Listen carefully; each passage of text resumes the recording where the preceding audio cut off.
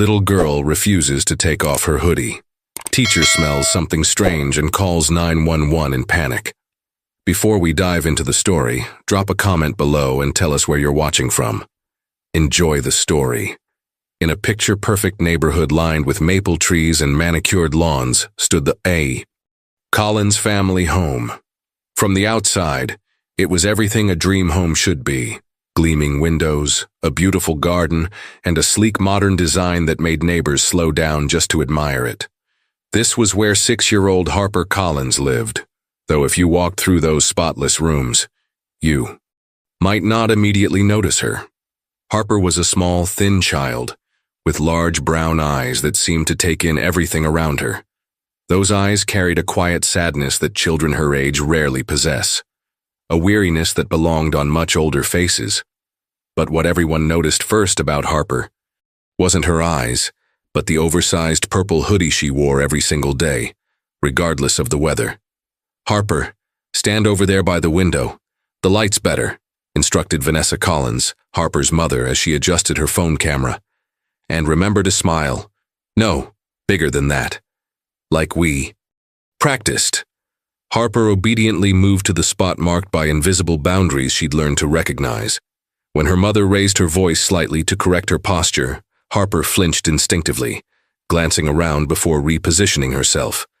These small gestures of learned caution went unnoticed as Vanessa continued filming for her popular social media channel. Picture perfect living with Vanessa. "That's it. Now say the line we rehearsed."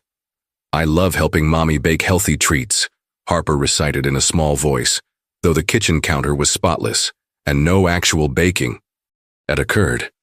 "Perfect. That's going to look wonderful for the organic food sponsorship." Vanessa beamed at her phone, already typing hashtags. She barely glanced at Harper, who had already faded back into the corner of the room, pulling her purple sleeves down over her hands. The front door opened, and Dr. James Collins rushed in, still wearing his hospital scrubs. "Sorry I'm late again," he called out, setting down his medical bag. "Emergency surgery ran long." "Daddy." Harper's face lit up for a moment, but she held back, watching as her father kissed her mother's cheek, and immediately became absorbed in a conversation about a charity gala they were attending that evening. "The babysitter will be here in 20 minutes, Vanessa reminded him, scrolling through her phone. Harper's already had dinner. Though Harper stood just a few feet away, they discussed her as if she weren't present. In truth, she hadn't eaten. The plate of food left in the kitchen had gone untouched because her arms had been itching too badly to focus on eating. That night, after the babysitter had fallen asleep watching television, Harper crept to the bathroom with the careful silence of someone practiced at moving unnoticed. She rolled up her sleeve and winced at the angry red patches covering her skin. The small tube of cream she kept hidden under her mattress was nearly empty. With trembling fingers, she applied what little remained to the worst spots, biting her lip against the stinging pain. In the Grand Collins house with its designer furniture and showcase kitchen, Harper had learned an important skill: how to be invisible. It was safer that way. Safer to hide behind her purple hoodie. Safer to keep her secrets. Safer to pretend everything was perfect. Tomorrow would be another school day with Miss Ellen Parker's first-grade class, the only place where Harper sometimes forgot to be invisible. The morning bell at Oakwood Elementary chimed through the hallways as children rushed to their classrooms, filling the corridors with laughter and excited chatter. Miss Ellen Parker stood at her classroom door, greeting each of her first graders with a warm smile. When Harper Collins arrived, she noticed the girl was wearing the same purple hoodie as yesterday, and the day before that, and every day since the beginning of the school year. "Good morning, Harper," Miss Ellen said, with extra warmth, noticing how the child's eyes darted quickly to check her expression before responding. "Good morning, Miss Ellen," Harper whispered, clutching her backpack tightly against her chest like a shield. Inside the bright classroom decorated with colorful artwork and inspirational quotes, Harper made her way to her usual spot, the desk in the far corner, partially hidden by the reading nook bookshelf. While other children chatted excitedly about their evenings or the playground games they planned for recess, Harper quietly arranged her pencils in perfect alignment, a habit Miss Ellen had observed many times. "All right, everyone. Today we're going to start with our spring art project," Miss Ellen announced, holding up a vibrant example of a tissue paper flower collage. "Since it's getting warmer outside, we'll be celebrating the new season." The classroom erupted in cheers as Miss Ellen handed out colorful tissue paper. When she reached Harper's desk, she noticed how the girl's eyes lit up at the purple sheets. "Would you like extra purple for your project, Harper?" Miss Ellen asked. Harper nodded, a tiny smile appearing briefly before vanishing, as the classroom became a hive of activity with children cutting, pasting, and creating. Miss Ellen circulated among them, offering encouragement. She lingered a moment longer at Harper's desk, noting the meticulous care with which the girl arranged each purple tissue piece. "That's beautiful work. Harper," she said gently, "I love how carefully you're placing each petal." Harper's shoulders relaxed slightly at the praise, but she remained hunched over her work, as though trying to make herself smaller. When the classroom grew warm from the spring sunshine streaming through the windows, children naturally began removing their sweaters and jackets, all except Harper, who tugged her hoodie sleeves further down despite the beads of perspiration forming on her forehead. "Aren't you warm, honey?" Miss Ellen asked. "You can hang your hoodie on your chair if you'd like." Harper's reaction was immediate. She stiffened, eyes wide with alarm, and shook her head firmly. "I'm okay," she said, though her flushed cheeks suggested otherwise. During recess, while other children raced to the playground, Harper lingered by the classroom door, watching longingly as her classmates played tag and climbed on monkey bars. Miss Ellen noticed her scratching her arms through the fabric of her hoodie when she thought no one was looking.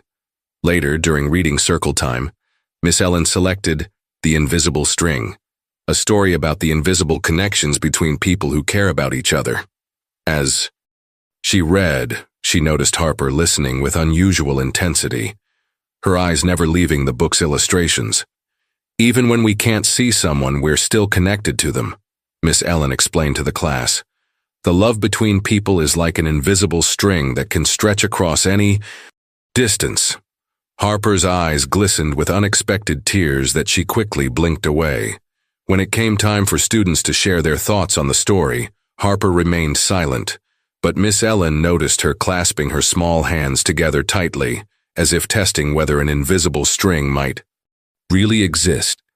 As the children packed up to go home, Miss Ellen saw Harper watching a mother hugging another student with a look of such longing that it made her heart ache. Something about this quiet, perpetually purple-clad child tugged at Miss Ellen's teacher instincts. There was a story behind those sad eyes and that ever-present hoodie, a story that was becoming increasingly difficult to ignore. Spring was in full bloom outside Miss Ellen's classroom window, with sunshine warming the playground and flowers dotting the school garden. As the days grew warmer, the classroom naturally became a bit stuffy, especially during afternoon lessons when the sun hit the windows directly. Most children were now coming to school in t-shirts and light clothing, making Harper's purple hoodie even more conspicuous. During Thursday's science lesson about the 5 senses, Miss Ellen moved among the small groups of students as they conducted simple experiments with smelling jars of different scents: cinnamon, lemon, mint, and vanilla. "Remember to use descriptive words for what you smell," she encouraged, kneeling beside different groups of excited first graders. When she approached Harper's table, she noticed something that hadn't been apparent before: a faint but unusual odor. It wasn't pleasant like the experiment scents. It was sharp and medicinal, with an underlying note that reminded Miss Ellen of the time she'd visited her grandmother in the hospital. She discreetly moved closer to Harper, confirming that the smell was indeed coming from the little girl. Harper must have noticed Miss Ellen's brief pause because she quickly pulled her arms closer to her body and hunched forward, as if trying to contain whatever secret her purple hoodie held. "How are you finding the smelling experiment, Harper?" Miss Ellen asked casually, masking her growing concern. "I like the lemon best," Harper whispered, her eyes darting away. Later that day, the class was working on a painting project, their small tables covered in protective paper as they created spring landscapes. Miss Ellen had just finished helping a student when she heard a small gasp from Harper's table. A classmate had accidentally bumped the water cup, sending a small splash toward Harper. The water barely touched the edge of Harper's purple sleeve, but her reaction was immediate and alarming. Her face went pale, and she jumped back from the table with such force that her chair tipped over. I'm sorry," the other child said, clearly startled by Harper's extreme response. Harper seemed frozen, staring at the tiny wet spot on her sleeve with genuine fear in her eyes. Miss Ellen quickly moved to her, sighed. "It's just a little water, Harper. It will dry in no time," she said softly, reaching out to help right the chair. "Would you like to take off your hoodie while it dries? I have a sweater in my classroom closet you could borrow." "No!" Harper's voice came out louder than Miss Ellen had ever heard her speak before. The entire class turned to look, and Harper immediately shrank back, her voice dropping to a whisper. "No, thank you. I'm fine. I'm sorry." "You don't need to apologize, sweetheart," Miss Ellen assured her, confused by the child's disproportionate reaction. "But maybe we should step outside for a moment?" In the quiet hallway, Harper seemed to struggle to regulate her breathing. Miss Ellen knelt to her level, careful not to touch her. "Harper, is everything okay? You know you can tell me if something is bothering you." Harper's eyes filled with tears that she refused to let fall. "I'm just not supposed to get my hoodie wet. Mom says I need to be careful." "Well, accidents happen," Miss Ellen said gently. "Everyone's clothes get wet sometimes." "Not mine," Harper said with such conviction that Miss Ellen felt a chill despite the warm spring day. During my recess, Miss Ellen watched Harper from the edge of the playground. While other children ran and played, Harper sat alone on a bench, occasionally looking longingly at a group playing jump rope. When one of the girls called out to her to join them, Harper shook her head and stayed put, scratching absently at her arms through her hoodie sleeves. As the children lined up to return to class, Miss Ellen noticed Harper wincing slightly as she walked, as if the simple act of moving caused her discomfort. The girl caught Miss Ellen watching and immediately straightened her posture, forcing a small smile that didn't reach her eyes. Something was definitely wrong, and Miss Ellen was becoming increasingly certain that the purple hoodie was hiding more than just a shy little girl's insecurities. The Collins home buzzed with activity as Vanessa prepared for her latest social media video. The kitchen gleamed under perfect lighting she had installed specifically for filming. Every surface was immaculate, every decorative element precisely placed for maximum visual appeal. "Harper, we're filming the Family Dinner Made Easy segment in 10 minutes, Vanessa called up the stairs. "Wear the blue dress I laid out on your bed." Harper stood in her bedroom, looking at the pretty blue dress with its short sleeves and matching headband. She bit her lip, knowing what would happen if she put it on. Slowly, she picked up her purple hoodie instead, pulling it over her head and feeling the familiar weight settle on her shoulders like armor. When she came downstairs, Vanessa's smile faltered. "Harper, I specifically asked you to wear the blue dress," she said, her voice tight. "The sponsors are expecting a coordinated family look." "But Mom, we don't have time for this, just stay out of frame then." Vanessa turned away, checking her reflection in her phone camera. Harper retreated to the corner of the kitchen, watching as her mother transformed into her online persona, bright, bubbly, and full of perfect parenting wisdom. The camera started recording, and Vanessa began chopping vegetables with practiced precision. "Welcome back to Picture Perfect Living. Today I'm showing you how my family enjoys our special Thursday night dinner tradition. It's healthy, delicious, and takes just 30 minutes. Though the video would show a loving mother preparing a nutritious meal for her family, the reality was quite different. Once filming ended, Vanessa packaged up most of the beautifully arranged food for photos the next day. She placed a small portion on a plate for Harper. "Eat in the kitchen, please. I need to edit this footage before your father gets home," Vanessa said, already absorbed in her phone. Harper sat alone at the kitchen counter, picking at her food. Her arms itched terribly today, making it hard to concentrate on eating. After a few bites, she abandoned the meal and slipped upstairs unnoticed. Hours later, the front door opened as Dr. James Collins returned home.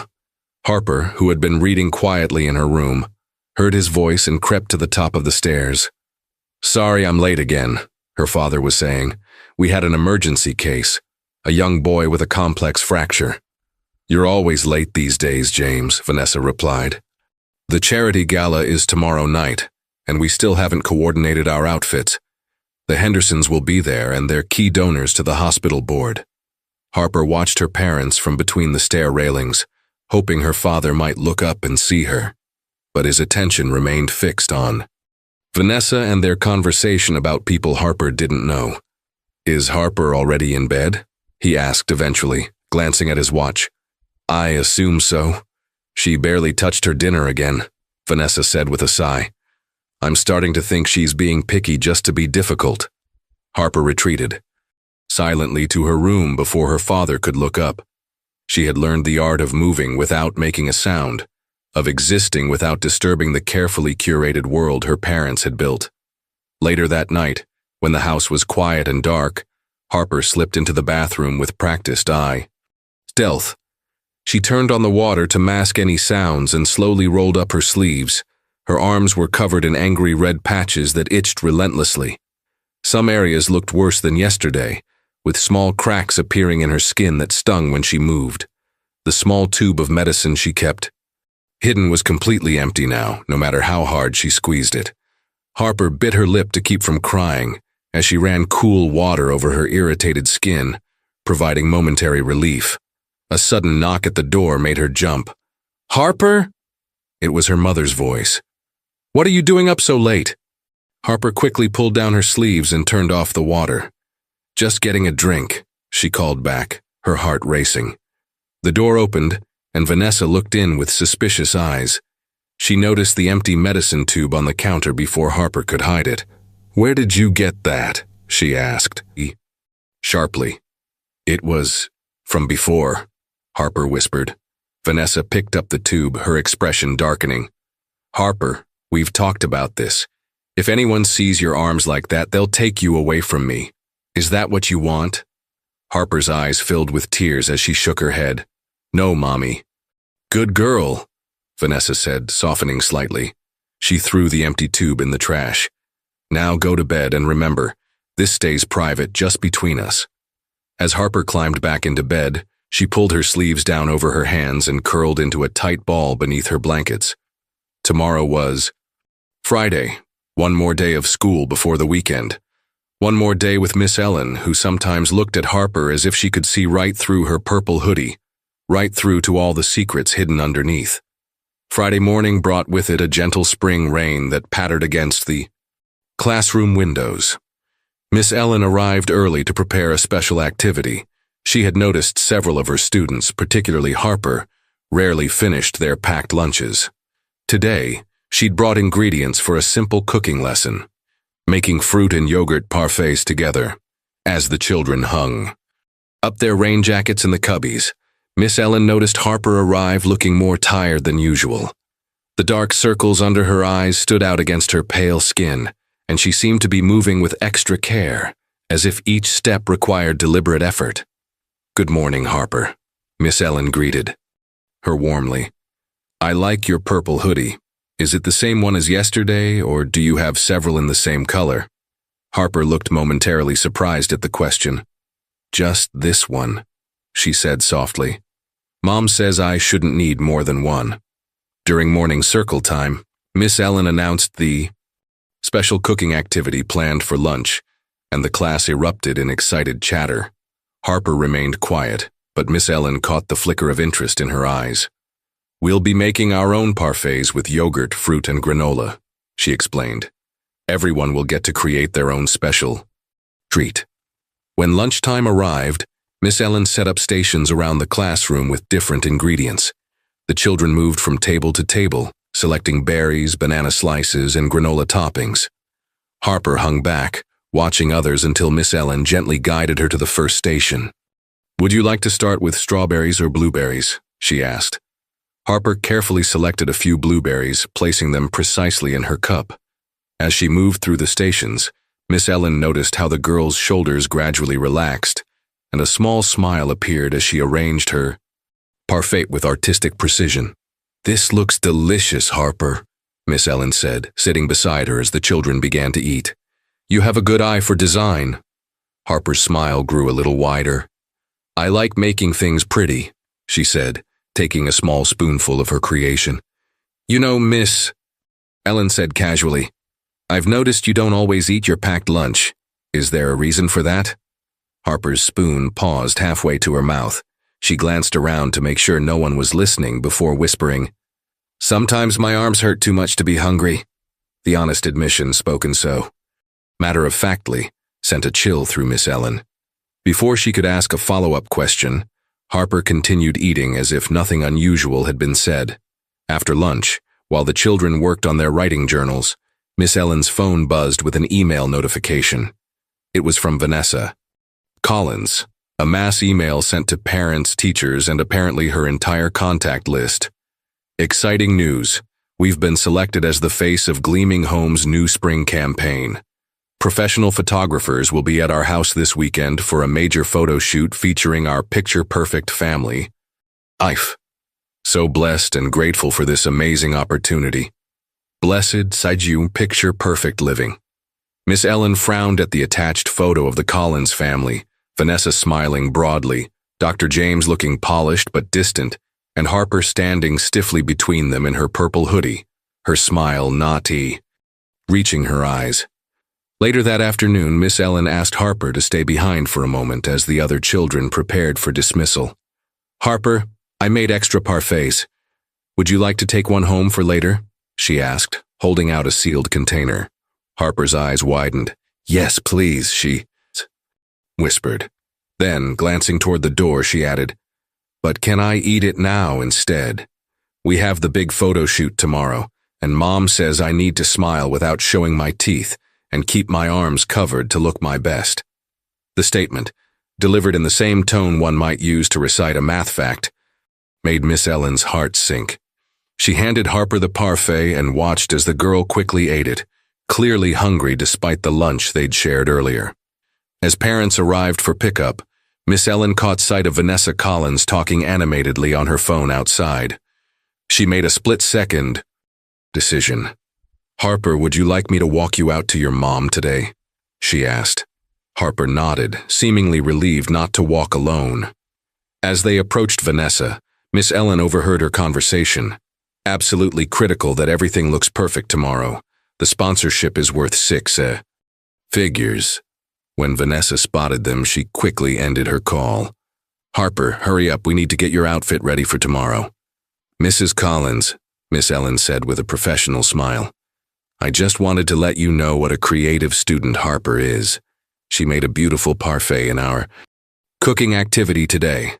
"Oh, that's nice," Vanessa said dismissively. "Come on, Harper." As Harper was led away, she looked back over her shoulder at Miss Ellen with an expression that spoke volumes, a mixture of gratitude and resignation that no 6-year-old should ever have to feel. Miss Ellen watched them go, her concern deepening with each step. The image of Harper's tired eyes and her casual mention of pain stayed with the teacher long after the school day had ended.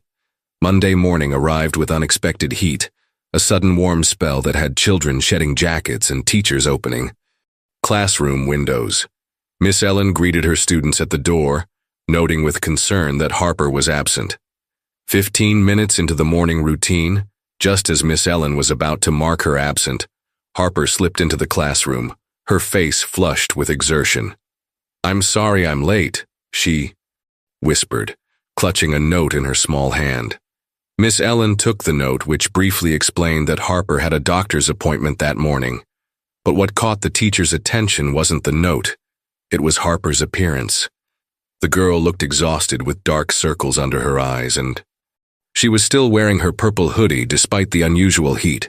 "It's very warm today, Harper," Miss Ellen said gently. "Many children left their sweaters at home."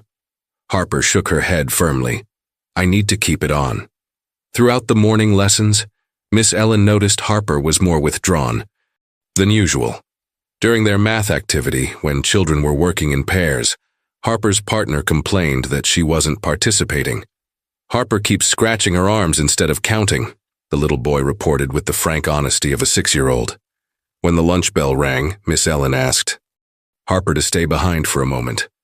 Once the other children had filed out, she closed the classroom door and pulled up a small chair beside Harper's desk. "Harper," she began carefully, "I've noticed you seem uncomfortable today. The classroom is very warm, and I'm concerned you might feel sick if you keep your hoodie on all day." Harper stared down at her desk, her fingers fidgeting with her pencil.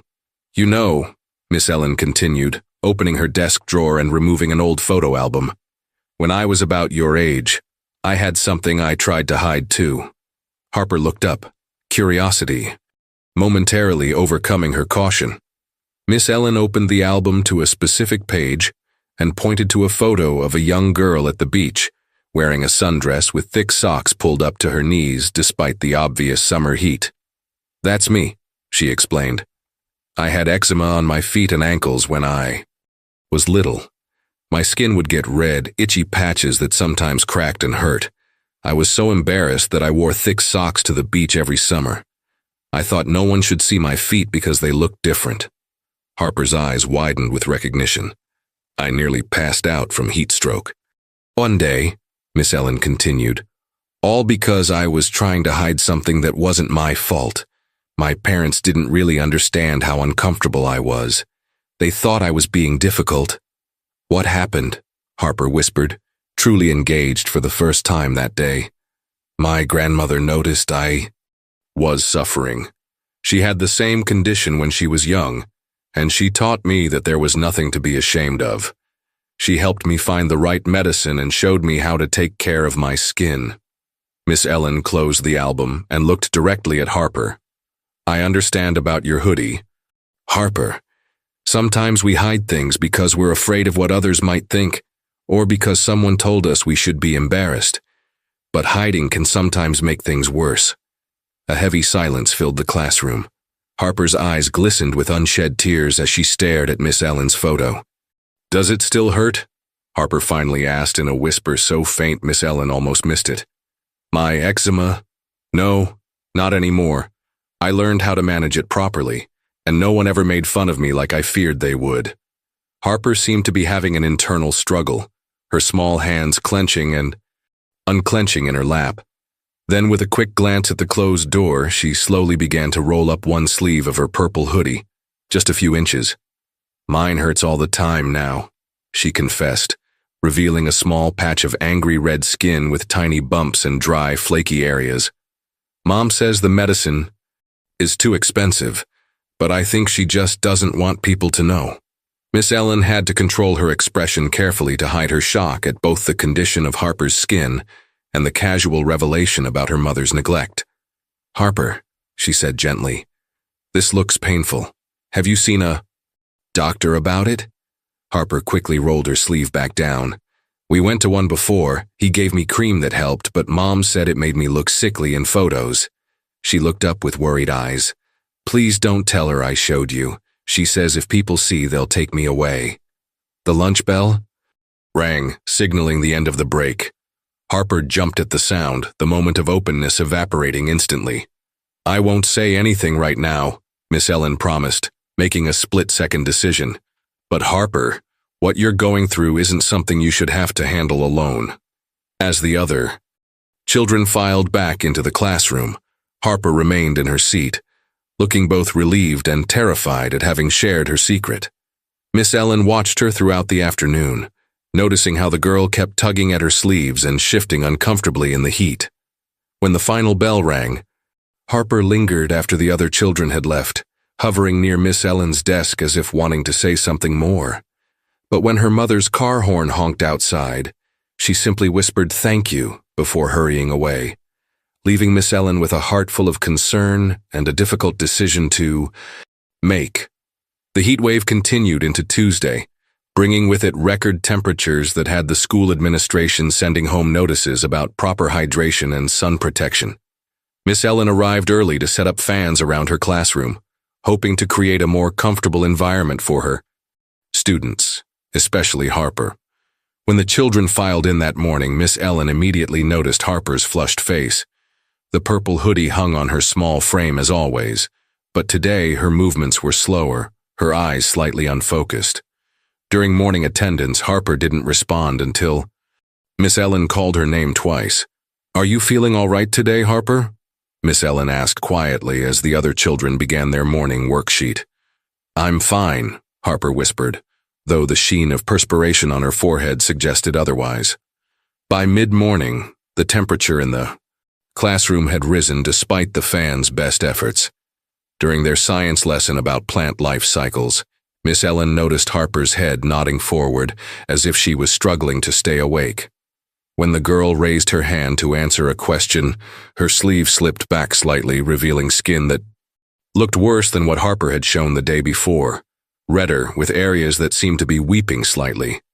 "Harper, could you help me collect the science materials?" Miss Ellen asked as the class prepared to transition to their reading lesson.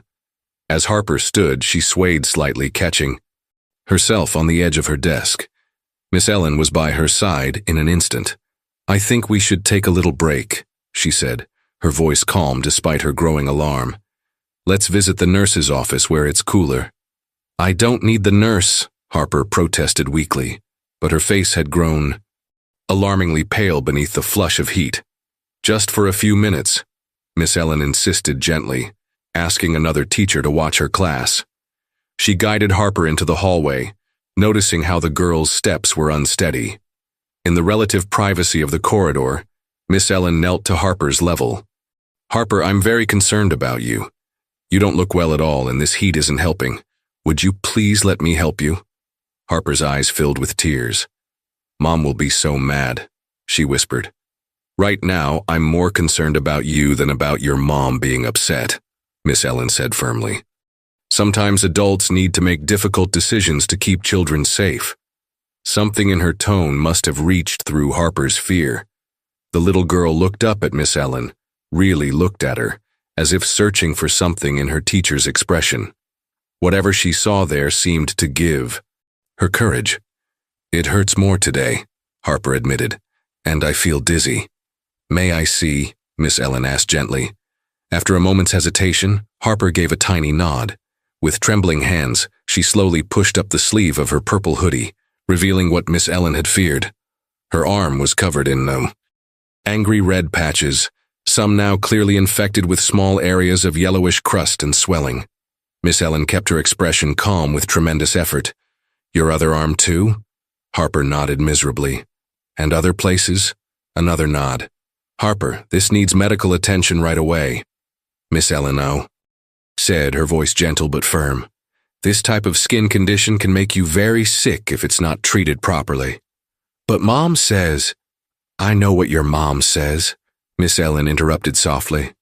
"But sometimes even moms can make mistakes. This isn't about getting anyone in trouble. It's about making sure you're healthy and not in pain."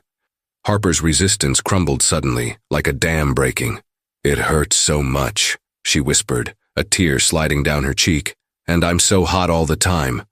Without another word, Miss Ellen guided Harper to the nurse's office. School nurse Jenkins took one look at Harper's arms and her feverish appearance and immediately called the principal.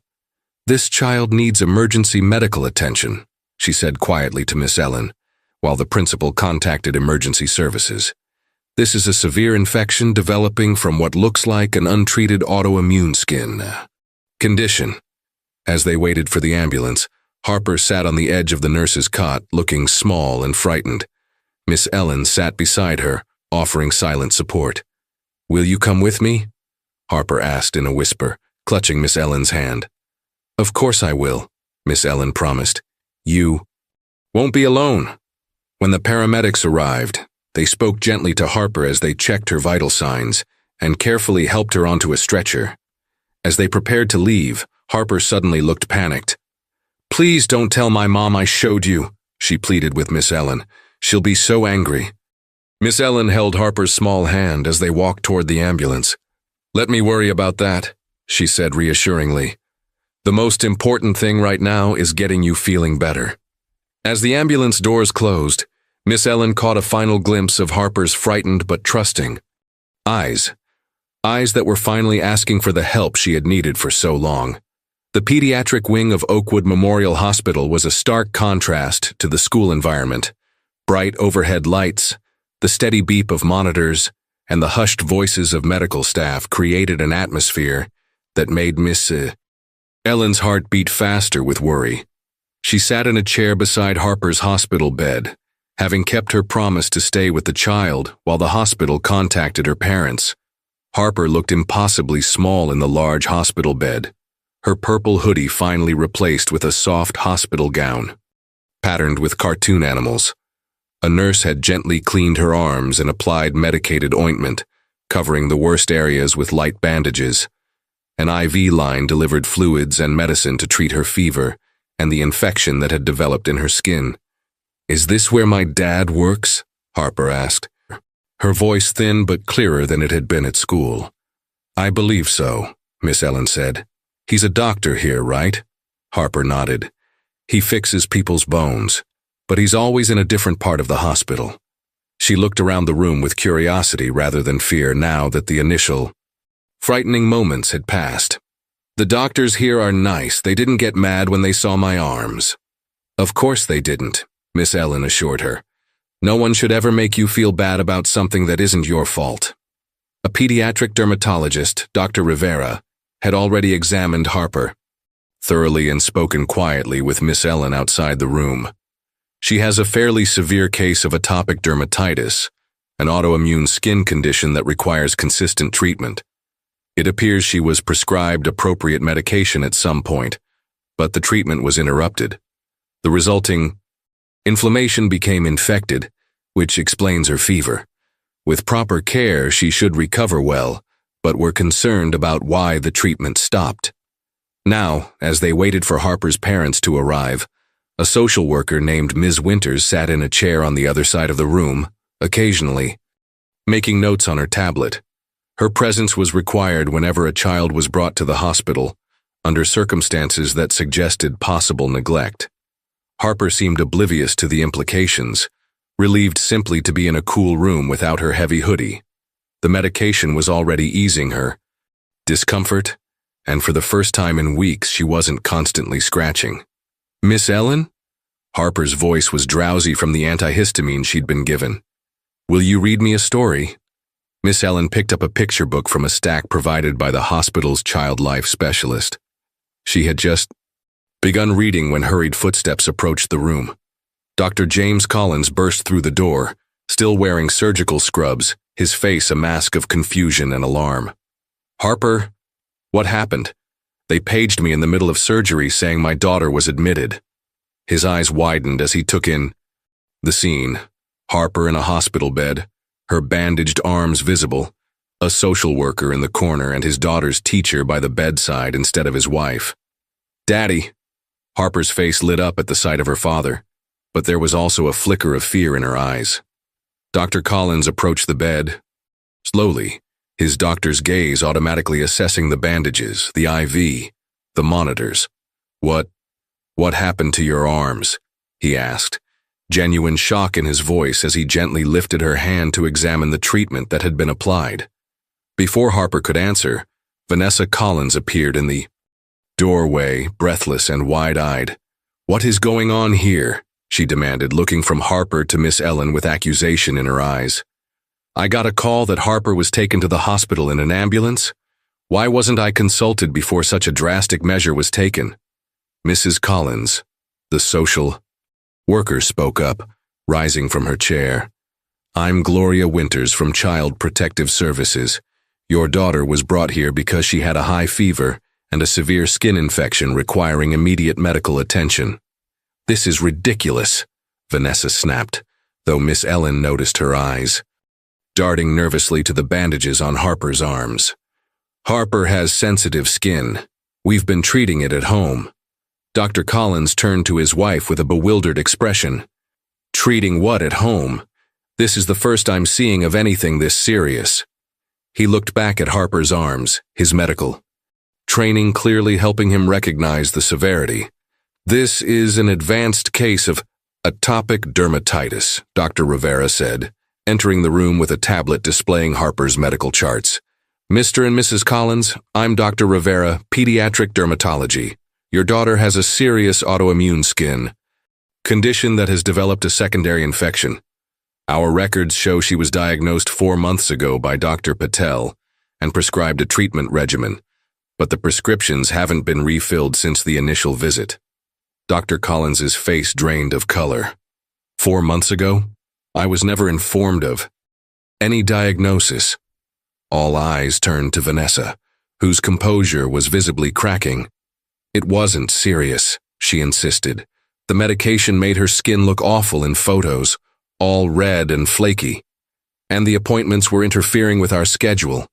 I was going to find a more natural remedy. The room fell silent except for the steady beeping of Harper's monitors. Miss Ellen watched as Dr. Collins stared at his wife in disbelief, then turned to really look at his daughter, perhaps truly seeing her for the first time in months. "Harper," he said softly, "how long have you been in pain?" Harper glanced nervously at her mother before answering. "A long time, Daddy, but Mom said I shouldn't complain because it would make people think bad things about our family." The stark honesty of a child's words hung in the air like a thunderclap.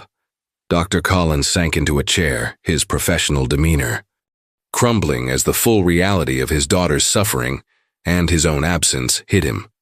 Ms. Winters, the social worker, stepped forward. "I think we need to have a conversation about Harper's care going forward," she said quietly.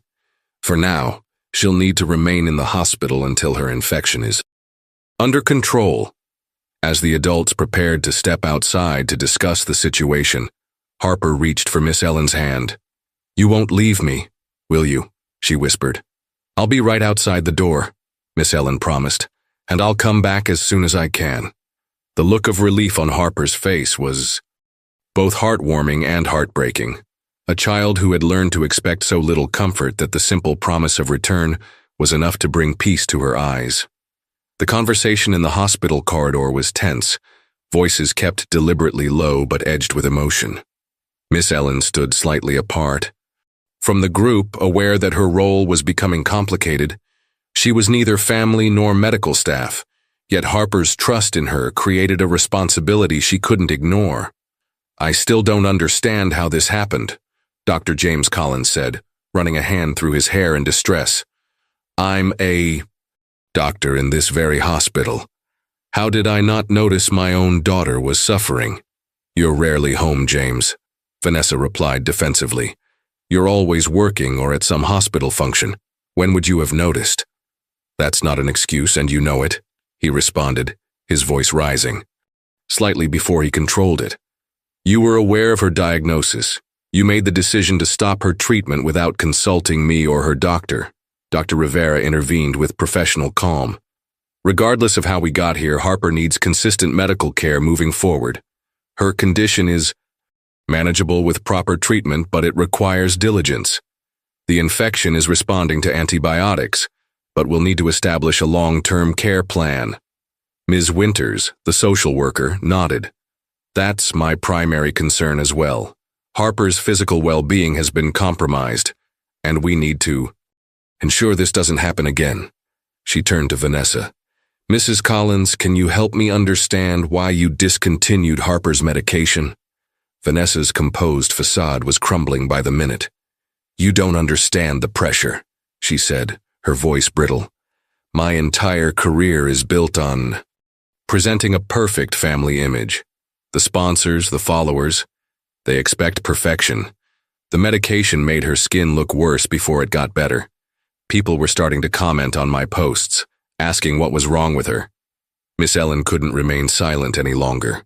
"So you made her wear that hoodie instead? Even in this heat wave?" Vanessa shot her a cold look. "You're just her teacher. You have no right to judge my parenting decisions." "I'm her teacher who watched her suffering every day," Miss Ellen replied steadily. "Who saw her hiding in the corner of the playground because she was too hot and in too much pain to play. Who noticed she wasn't eating because it hurt too much to move her arms." Dr. Collins looked physically ill as he listened. I had no idea, he said again, but this time it sounded like an admission of guilt rather than a defense. Mr. and Mrs. Collins, Ms. Winters said firmly. Given the circumstances, I need to inform you that we're opening a case to investigate this situation further.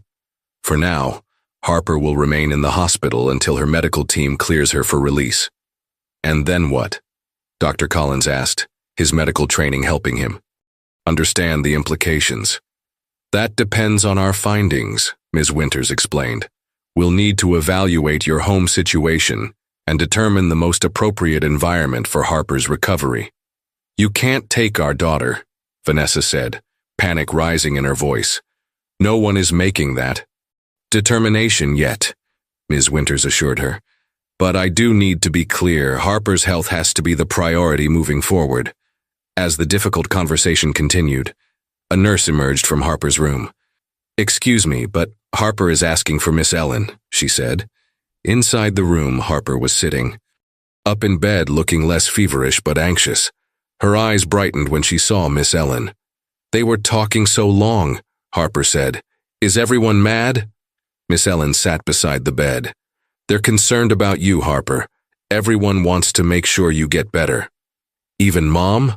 Harper asked with surprising insight. Your mom has some things to figure out, Miss Ellen said carefully, but your dad seems very worried about you. Harper nodded thoughtfully. He looked at me different today, like he was really seeing me. She fidgeted with the edge of her blanket. There's a nice nurse named Joy who's been taking care of me. She doesn't make me feel bad about my skin. She says lots of kids have the same thing. She's right, Miss Ellen confirmed. And with the right medicine and care, it can get much better. A knock at the door interrupted their conversation. A tall woman with James. Collins's eyes and a warm smile entered the room. Harper? I'm your Aunt Macy, your dad's sister. I came as soon as I heard you were in the hospital. Harper shrank back slightly, eyeing the newcomer with caution born of too many disappointments. I've been living in Chicago, so we haven't met. Before, Macy explained, approaching the bed. But I've seen pictures of you, though I have to say you're even prettier in person. She glanced at Miss Ellen. I'm sorry. I don't think we've met. This is Miss Ellen, my teacher, Harper said before Miss Ellen could respond. She stayed with me in the ambulance and read me stories. Well, I'm very grateful to you for taking care of my niece, Macy said, her smile warm but her eyes assessing. From the doorway, Ms. Winters watched the interaction with professional interest. Ms. Collins, if you have a moment, I'd like to speak with you as, well, we're discussing Harper's care arrangements going forward. Of course, Macy replied smoothly. That's exactly why I'm here. As Harper's aunt, I want to help however I can during this difficult time. As Macy and Ms. Winters stepped out to join the others, Harper turned to Miss Ellen with a whisper. I didn't know I had an aunt. Sometimes family can surprise us, Miss Ellen said, though something about Macy's perfectly timed arrival stirred an uneasy feeling she couldn't quite name. Harper nodded, sinking back against her pillows with a small sigh. For the first time in months, she wasn't hiding beneath her purple hoodie, and despite the hospital setting and the uncertainty swirling around her, there was a new peace in her expression, the relief of a child who no longer had to carry a painful secret alone. Chapter 10. The perfect Aunt Harper's hospital room transformed over the next 2 days. What began as a sterile clinical space now held cheerful get-well cards from her classmates, a small collection of stuffed animals, and a vase of bright yellow daisies from the school staff. The most dramatic change, however, was in Harper herself. With proper medication, her skin was already beginning to heal, and without the constant pain and itching, her natural personality was emerging like a butterfly from a chrysalis. Miss Ellen visited each afternoon after school, bringing Harper's assignments and staying to read stories or simply chat. Today she arrived to find Harper sitting up in bed, carefully coloring with the set of pencils Miss Ellen had brought the day before. You're looking so much better today, Miss Ellen greeted her with a smile. Harper nodded, holding up her drawing, a surprisingly detailed picture of a garden with a rainbow arching overhead. "Nurse Joy says I have a real talent for art," she said, a hint of pride in her voice that Miss Ellen had never heard before. "She's absolutely right," Miss Ellen agreed, sitting in the chair beside the bed. "Those flowers look almost real." Before Harper could respond, the door swung open and Aunt and Macy swept in carrying a large gift bag with glittering tissue paper spilling from the top. "Hello, my sweet girl," she exclaimed, her designer heels clicking on the hospital floor. "Look what Aunt Macy brought you today." Harper set down her colored pencils, her expression shifting subtly from contentment to a polite mask that Miss Ellen recognized all too well. It was the same face she wore when trying to please the adults in her life. Macy pulled an expensive electronic tablet from the bag with a flourish. "The newest model, just like the big kids have. It has all the best games and drawing apps. Now you won't be bored in this dreary hospital room." "Thank you, Aunt Macy," Harper said softly, accepting the tablet but setting it aside rather than exploring it immediately. "Aren't you going to try it out?" Macy prompted, a flicker of annoyance crossing her perfectly made-up face. "Maybe later," Harper said. "I was working on a picture for Nurse Joy." Macy glanced dismissively at the colored pencil drawing. "Well, with this tablet you can make digital art that's much more impressive. I'll show you how." She reached for the tablet, but a knock at the door interrupted her. Dr. Collins entered, looking tired but more present than Miss Ellen had ever seen him. Over the past 2 days, he'd been a fixture at the hospital, dividing his time between his patients and his daughter. He'd even been observed sleeping in the chair beside Harper's bed late at night. "Dad!" Harper's face lit up with genuine pleasure. "Hey, kiddo," he said, his smile warming his tired features. "How are we feeling today?" "Much better. The itching is almost gone." "That's wonderful news." He nodded a greeting to Miss Ellen, then turned to his sister. "Macy, I didn't know you were stopping by." "Again today." "I can visit my niece whenever I want, James," Macy replied with a hint of defensiveness. "Someone needs to bring a little joy into this room. I've barely seen you engage with the poor child." An uncomfortable tension filled the air. Miss Ellen noticed Harper shrinking slightly against her pillows, her briefly emergent confidence receding. "Actually," Dr. Collins said with deliberate calm, "Harper and I have been having lunch together every day. We're working our way through the Harry Potter series during my breaks." He gestured to a dog-eared copy of The Sorcerer's Stone on the bedside table. Harper nodded eagerly. "Dad does all the different voices, even Hagrid." Miss Ellen couldn't help but smile at this revelation of connection forming between father and daughter. She also noted how Harper set aside the expensive tablet to reach for the worn paperback, a telling gesture. That didn't escape Macy's notice. Macy checked her watch with exaggerated concern. "I should let you rest, Harper. I have a meeting with that nice social worker, Ms. Winters, to discuss the arrangements for when you're released." She leaned in to kiss Harper's cheek. "Just think, soon you might be coming to stay with me in my beautiful condo. We'll have so much fun together." After Macy left, an uncomfortable silence hung in the room.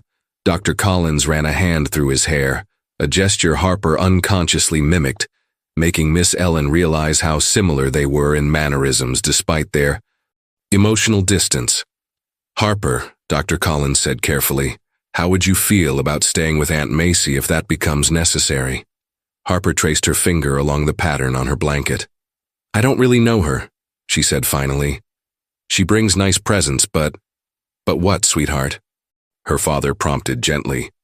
"She doesn't ask what I like," Harper said with the simple honesty of childhood. "She just tells me what I should like." Dr. Collins and Miss Ellen exchanged a glance, both recognizing the wisdom in Harper's observation. "Miss Ellen," Harper asked suddenly, "will you still be my teacher if I go live with Aunt Macy?" The question caught Miss Ellen off guard. "I'm not sure, Harper. It would depend on where your aunt lives." "She said her condo is in Westbrook Heights," Harper said. "Is that near our school?" Dr. Collins frowned. "Westbrook Heights? That's on the other side of the city, nearly an hour away." Miss Ellen felt a pang at the thought of Harper being moved so far from her school, from the one place where she had begun to find her voice. But before she could respond, Nurse Joy entered with Harper's medication. "Time for your medicine, Harper," she announced cheerfully. "And I heard a rumor that the cafeteria has chocolate pudding today. Should I try to sneak some up for you?" Harper's face brightened. "Yes, please." As Nurse Joy helped Harper with her medication, Miss Ellen gathered her things to leave. Dr. Collins walked her to the door. "Thank you for continuing to visit," he said quietly. "Harper lights up when you're here." He hesitated, then added, "I'm not sure what's going to happen next, but I want you to know I'm fighting for her. I failed her before, but I won't fail her again." The fierce determination in his voice gave Miss Ellen hope. As she walked down the hospital corridor, she passed Macy in intense conversation with Ms. Winters, the social worker. Something about Macy's too perfect appearance and calculated charm raised Miss Ellen's teacher instincts, the same instincts that had told her something was wrong with Harper in the first place. Making a split-second decision, Miss Ellen took a detour on her way home. Instead of heading straight back to her apartment, she drove to the local library. There was research to be done, and Harper's future might depend on what she discovered.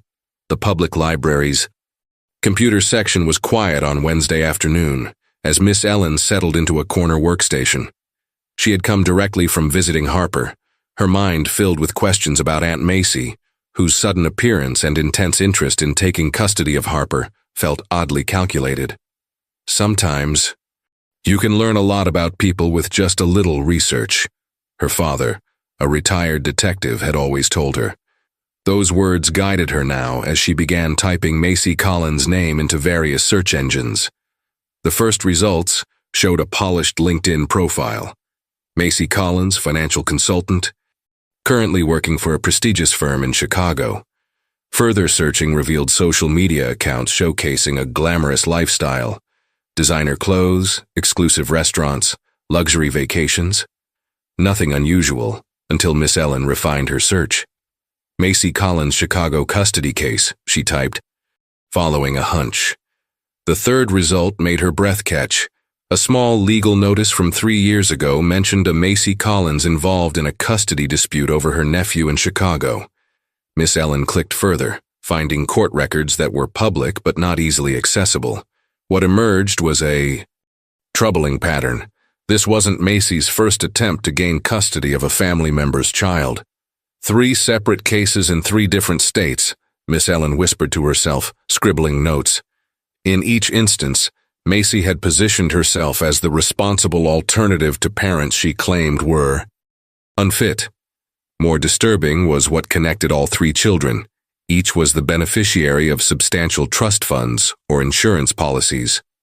Meanwhile, at the hospital, Harper was experiencing her best day since admission.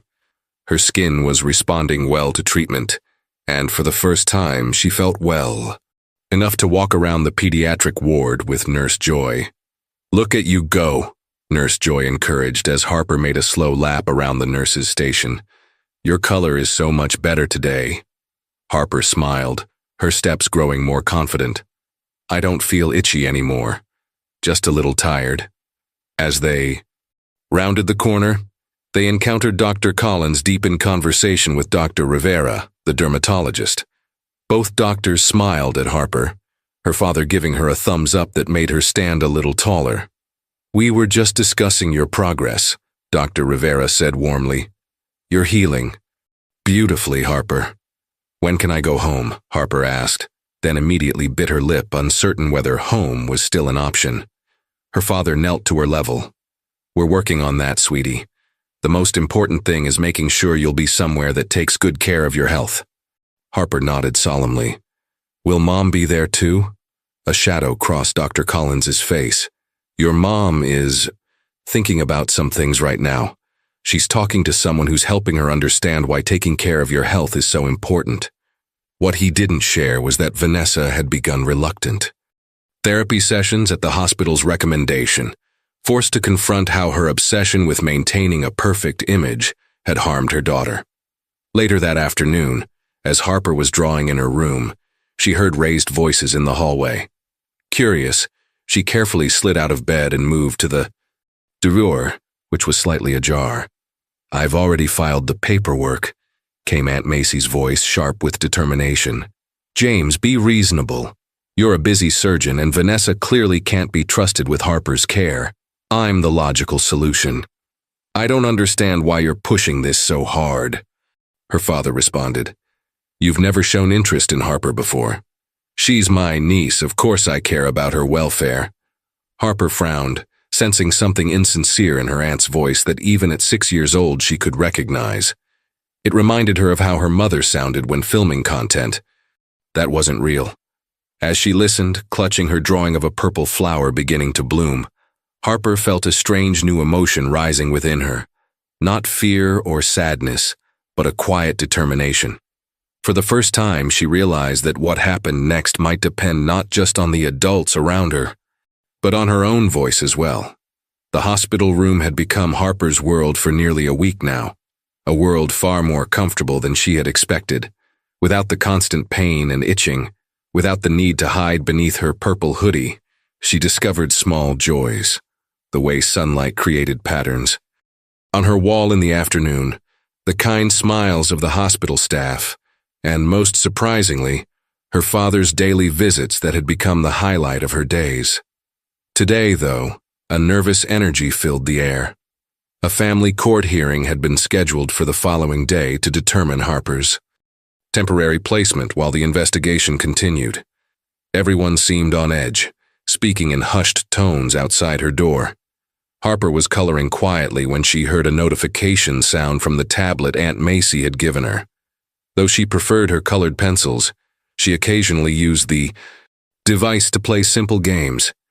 Curiously, she tapped the screen and found herself looking at a social media app that had been left open, her mother's account. What she saw made her eyes widen.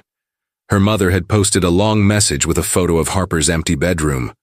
"To my followers, I've been absent because our family is facing a difficult time.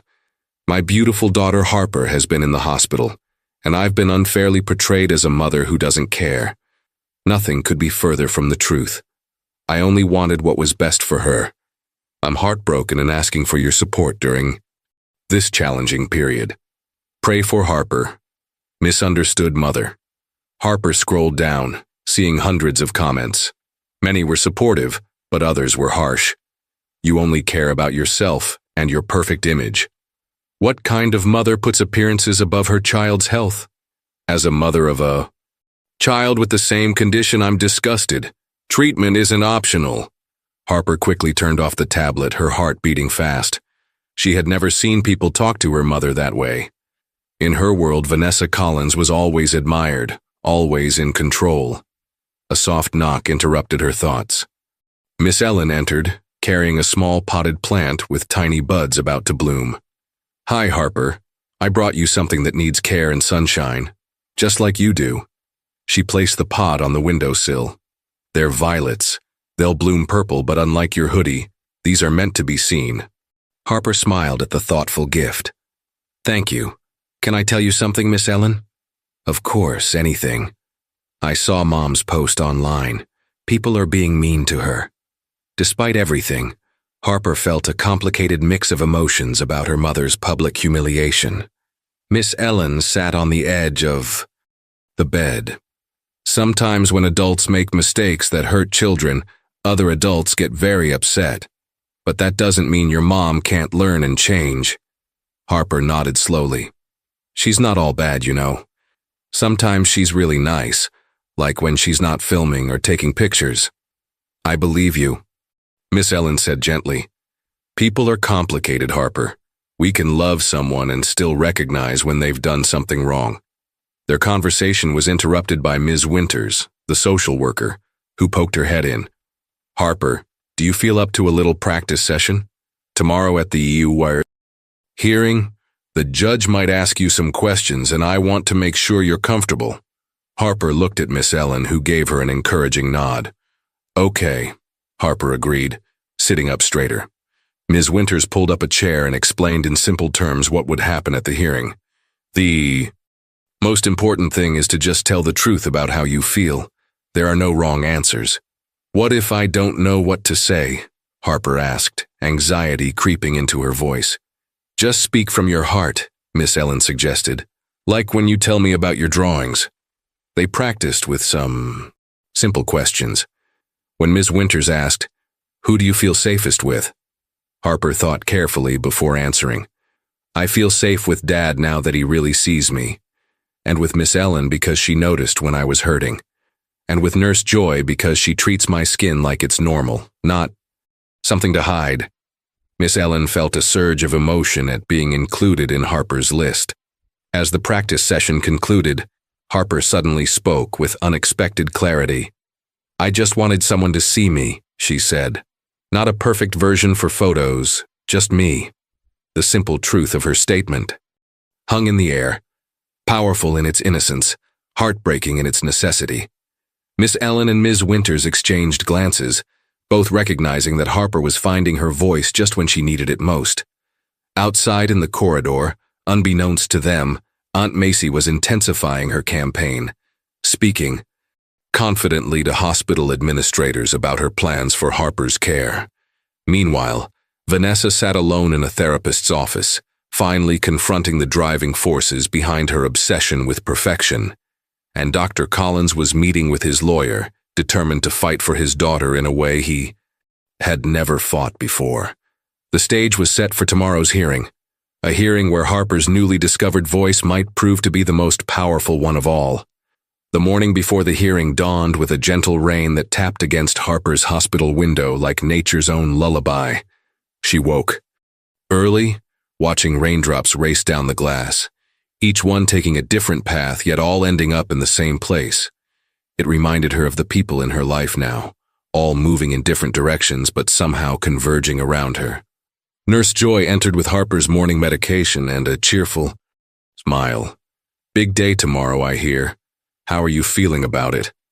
Harper shrugged, trying to appear braver than she felt. "A little scared. Ms. Winters says I might have to talk to the judge. You know what I do when I'm scared?" Nurse Joy sat on the edge of the bed. "I remind myself that being brave isn't about not feeling fear. It's about doing what's right even when you're afraid." Harper considered this while taking her medicine. "Do you think it's right for me to tell how I really feel? Even if it might hurt someone's feelings?" "The truth is always right, Harper," Nurse Joy said, gently, "even when it's difficult." Throughout the morning, Harper observed the adults in her life preparing for tomorrow in their own ways. Her father arrived early, spending more time than usual sitting beside her bed, helping her with a puzzle and telling her stories about when he was a little boy. She noticed the dark circles under his eyes and how he kept checking his phone. "Dad, are you worried about tomorrow?" she asked directly. He looked surprised by her perception, then gave her a tired smile. "Yes, I am. But not about you. You're the brightest, bravest person I know. I'm worried about making sure I do right by you, something I haven't always done." His honesty touched Harper deeply. This was a different father than the distracted man who had moved through their perfect house like a ghost. Meanwhile, across town, Miss Ellen sat at her kitchen table surrounded by printouts and notes.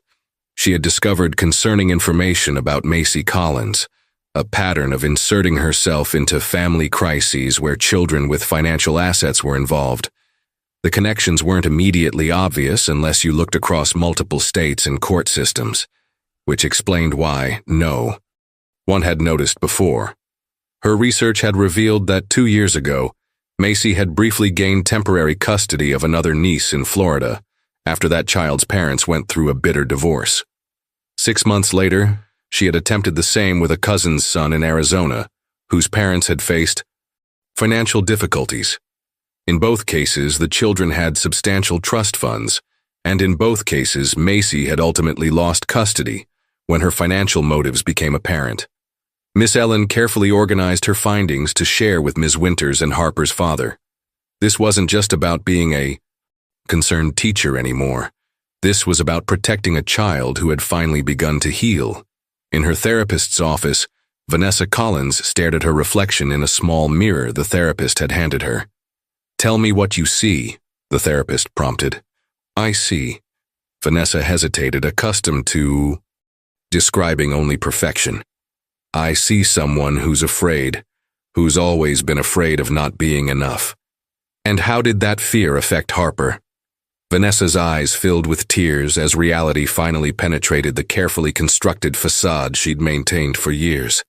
I made her hide too, I made her. Ashamed of something that wasn't her fault because I couldn't bear any imperfection in our image. Her voice broke. I failed her completely. Back at the hospital, Harper made a decision of her own. She asked Nurse Joy for a new box of colored pencils and a fresh sketchbook. But you already have. So many art supplies from your aunt, Nurse Joy pointed out, gesturing to the expensive tablet and drawing tools Macy had brought. Harper shook her head with quiet determination. I want to start over. I don't want to hide anything anymore. With her new pencils, she began drawing herself standing. In sunshine, wearing a t-shirt instead of her purple hoodie, her arms visible and healing. At the bottom of the page, she carefully wrote in her best handwriting, "The real Harper Collins." As evening approached, Dr. Collins helped Harper pack a small bag for the next day. When he pulled out a clean, purple hoodie that Vanessa had sent, Harper hesitated. Do I have to wear that tomorrow? Her father studied her face, understanding dawning in his eyes. No, Harper, you never have to wear anything that makes you uncomfortable again. Harper smiled and reached instead for a light blue button-up shirt the hospital had provided. I think I'd like to wear this instead. The simple act of choosing was perhaps the most healing moment of all. The family court was nothing like Harper had imagined. Instead of the imposing, echoing chamber she'd seen on television shows, this room was smaller, with warm wood paneling and comfortable chairs arranged in a semicircle. Still, her heart pounded as she entered, wearing her chosen blue button-up shirt, her healing arms visible below the short sleeves. Judge Eleanor Ramirez, a woman with kind eyes and silver-streaked hair, sat at a desk raised, slightly above the others. She smiled gently at Harper as Dr. Collins guided his daughter to their seats. Good morning, everyone, Judge Ramirez began. I want to remind everyone that this is not a criminal proceeding, but a hearing to determine the best temporary placement for Harper Collins while the family situation is assessed. Our priority is Harper's well-being and safety. Harper watched as the adults around her shifted in their seats. Her father sat beside her, his hand occasionally patting hers reassuringly. Across the room, her mother looked almost unrecognizable without her perfect makeup and styled hair. Smaller somehow and undeniably nervous. Aunt Macy sat perfectly poised in an expensive suit, confidence radiating from her polished appearance. Ms. Winters, the social worker, sat near the judge with a folder of papers, while Miss Ellen waited quietly in the back row, having been called as a witness. The proceedings began with Dr. Rivera explaining Harper's medical condition and treatment plan. With proper medication and care, Harper should make a complete recovery. However, consistency is essential. Interruptions in treatment could cause significant setbacks. Next came Nurse Joy, who spoke warmly about Harper's progress in the hospital. She's shown remarkable resilience and a positive attitude toward her treatment.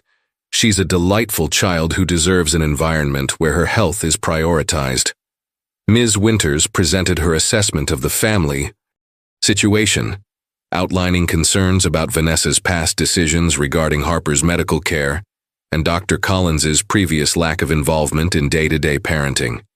When Macy took the stand, she spoke with practiced eloquence about her stable finances, her spacious condo with a room already prepared for Harper, and her commitment to following all medical recommendations. I can provide Harper with the structure and attention she needs during this difficult transition, Macy said confidently. As her aunt, I share a blood connection, but none of the complications her parents are currently facing. When Miss Ellen was called to speak, she approached with her folder of research, detailing her observations of Harper at school and her concerns about Macy's sudden appearance and motivations. In my investigation, Miss Ellen explained carefully, I discovered that Ms. Collins has involved herself in similar situations with other family members' children. always children with significant financial assets. She presented copies of court records from Florida and Arizona. A murmur ran through the room as Macy's face tightened with barely controlled anger. "This is outrageous," Macy interjected. A school teacher playing detective? These situations were completely different. Judge Ramirez held up her hand. "Ms. Collins, you'll have an opportunity to respond. Please continue, Ms. Parker." Miss Ellen outlined the pattern she had uncovered, including the discovery that Harper was the beneficiary of a substantial insurance policy established by her grandparents, a fact that Dr. Collins confirmed with evident surprise. Vanessa spoke next, her usual confidence absent. "I made terrible mistakes," she admitted, her voice breaking.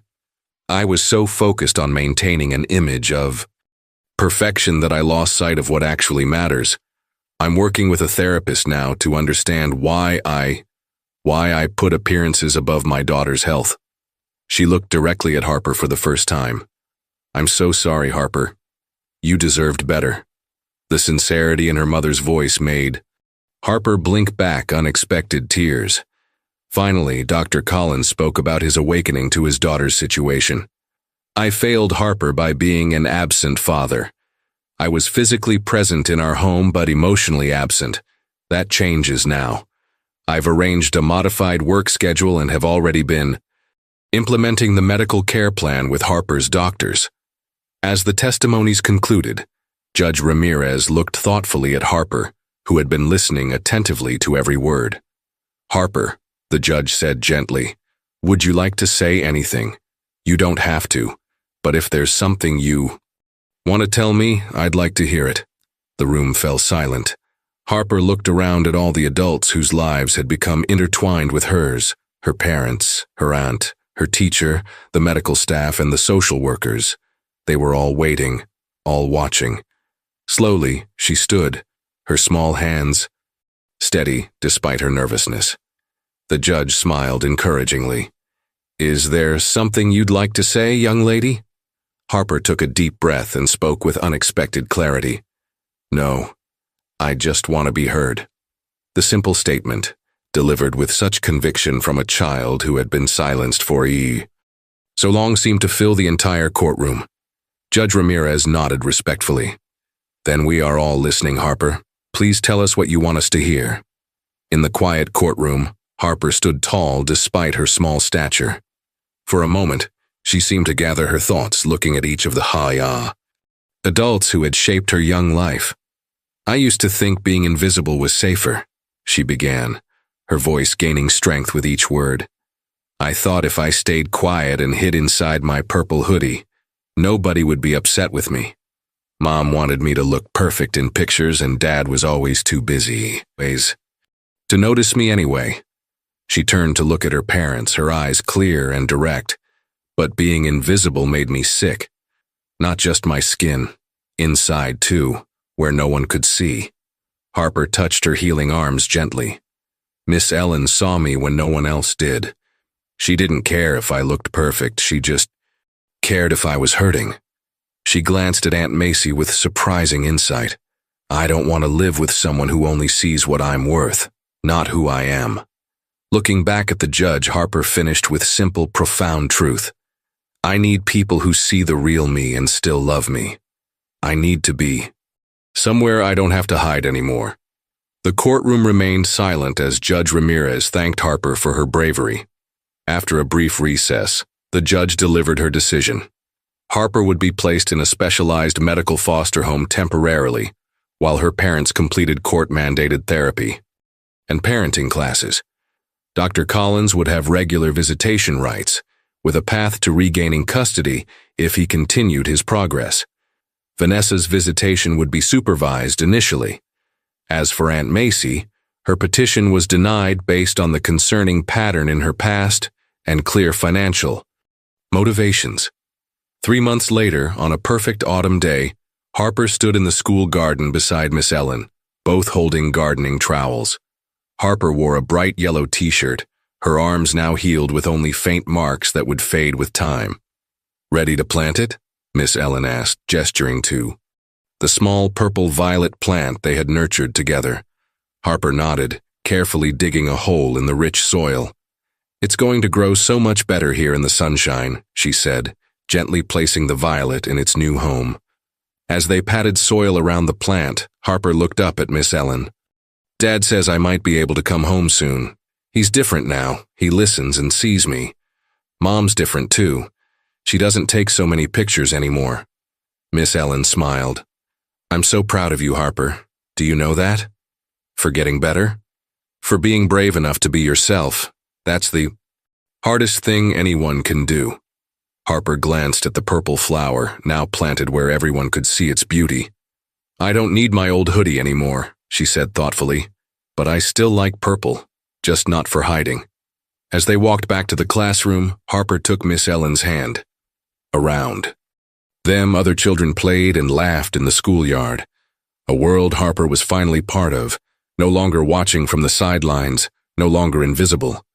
In the garden behind them, the small purple violet turned its face to the sun, growing stronger in the light, just like the little girl who had planted it with such care and hope.